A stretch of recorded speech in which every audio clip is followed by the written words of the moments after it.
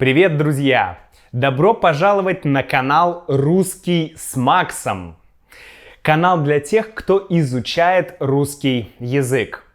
В сегодняшнем уроке я хочу вам показать несколько интересных положений тела и несколько глаголов, связанных с нашим телом. Вы узнаете, например, как сказать вот это или вот это и еще много чего. Давайте начинать. Сейчас я стою. Вы знаете этот глагол. Я просто стою. Я стою прямо. Да, я стою прямо.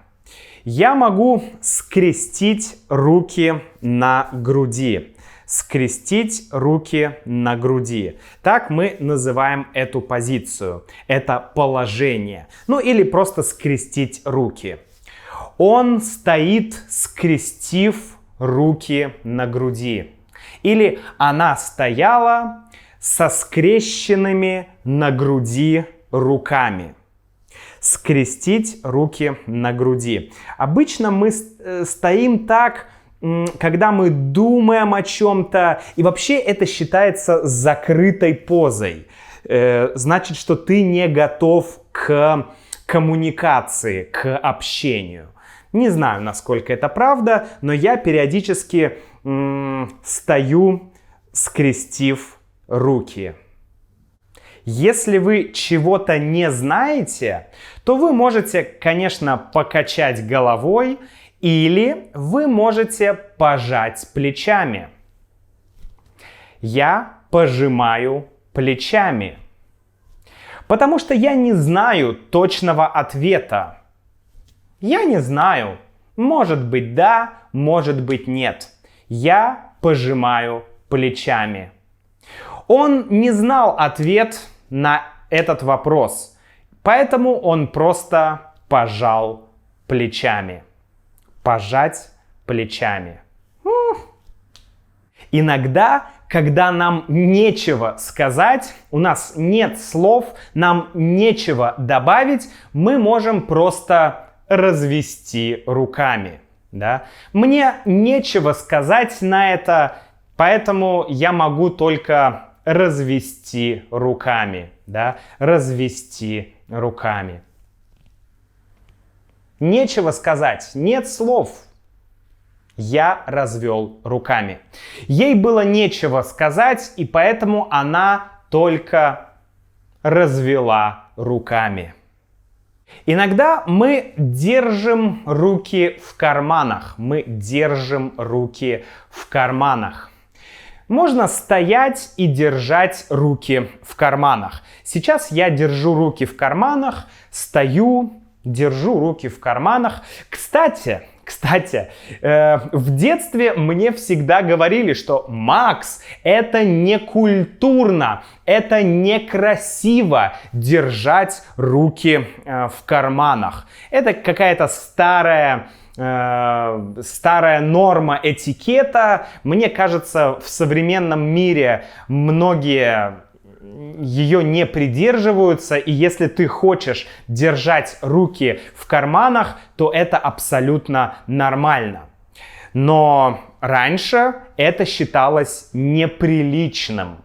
А как в вашей стране, друзья, держать руки в карманах — это нормально или это тоже может быть неприлично? Если я устал, если моя спина устала, то я могу облокотиться. Например, облокотиться на стену и стоять облокотившись. Да? Я могу стоять, облокотившись на стену, так просто удобнее. Еще я могу облокотиться на стол, но, честно говоря, стол низкий, и это не очень удобно. Но я могу облокотиться на стол. Но лучше я облокочусь на стену, так удобнее. Вообще я люблю облокачиваться на на стены. Главное не облокачиваться на двери в метро, потому что в метро всегда написано: не облокачивайтесь на двери, да, которые открываются. Не облокачивайтесь на двери в метро. А на стену можно облокотиться. Если что-то упало, то мне нужно наклониться. Наклониться, чтобы поднять это. Наклониться. Или я могу нагнуться. Нагнуться и наклониться, это практически то же самое. Но обычно нагнуться подразумевает большую амплитуду, да, вот нагнуться. Или вот так, нагнуться. Я нагнулся и поднял этот листок. Я наклонился и поднял этот листок.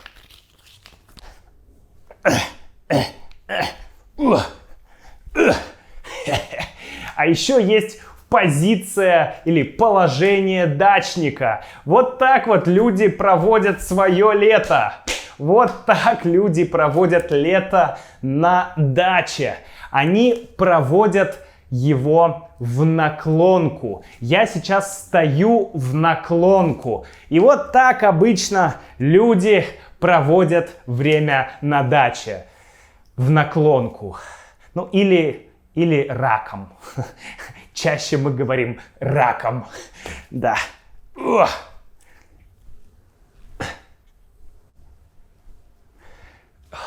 Долго стоять в наклонку очень тяжело и вредно для твоей поясницы. Да, для вот этой части, для поясницы. Поэтому нужно обязательно выпрямиться. Нужно выпрямиться и встать ровно, да, встать ровно, выпрямиться, чтобы у тебя не было боли в пояснице. Я выпрямился. Есть множество положений сидя, да, положений тела, когда ты сидишь. Сейчас я просто сижу на стуле. Просто сижу на стуле. Что я могу сделать? Во-первых, я могу откинуться. Откинуться на спинку стула. Вот это спинка стула. И я могу откинуться на спинку стула. Не очень удобный стул, но тем не менее я могу откинуться. Как-то вот так. Не очень удобно. Главное, помните, что слово «откинуться» еще имеет два значения. Откинуться также означает умереть. Да, он откинулся, он умер. И еще слово «откинуться» на тюремном жаргоне означает выйти из тюрьмы. Он вышел из тюрьмы вчера, он вчера откинулся. Поэтому очень внимательно используйте слово «откинуться». И всегда уточняйте, что он откинулся на спинку стула. Или «я хочу откинуться на спинку стула». Я не хочу откинуться совсем. Я откинулся на спинку стула. Но я могу откинуться и вообще вот так вот развалиться. Обычно мы разваливаемся на диване, да. Вот если здесь диван был бы, я мог бы вот так развалиться, да, вот так ноги положить, развалиться на диване. Это комфортное положение, когда ты смотришь телевизор или смотришь видео Макса, и ты так вот развалился и отдыхаешь. Это очень удобно. Обычно, когда мы работаем за компьютером, мы сутулимся. Посмотрите на мою спину сейчас. Моя спина круглая. Я сутулюсь. Спина круглая, и я сутулый. Люди вот такие — это люди сутулые, да, люди с круглой спиной, сутулые люди. Поэтому не нужно сутулиться, обязательно нужно расправлять плечи, да, расправлять плечи и сидеть с ровной спиной. Итак, я расправил плечи и сел с ровной спиной. Сейчас все хорошо, и я могу продолжать работать.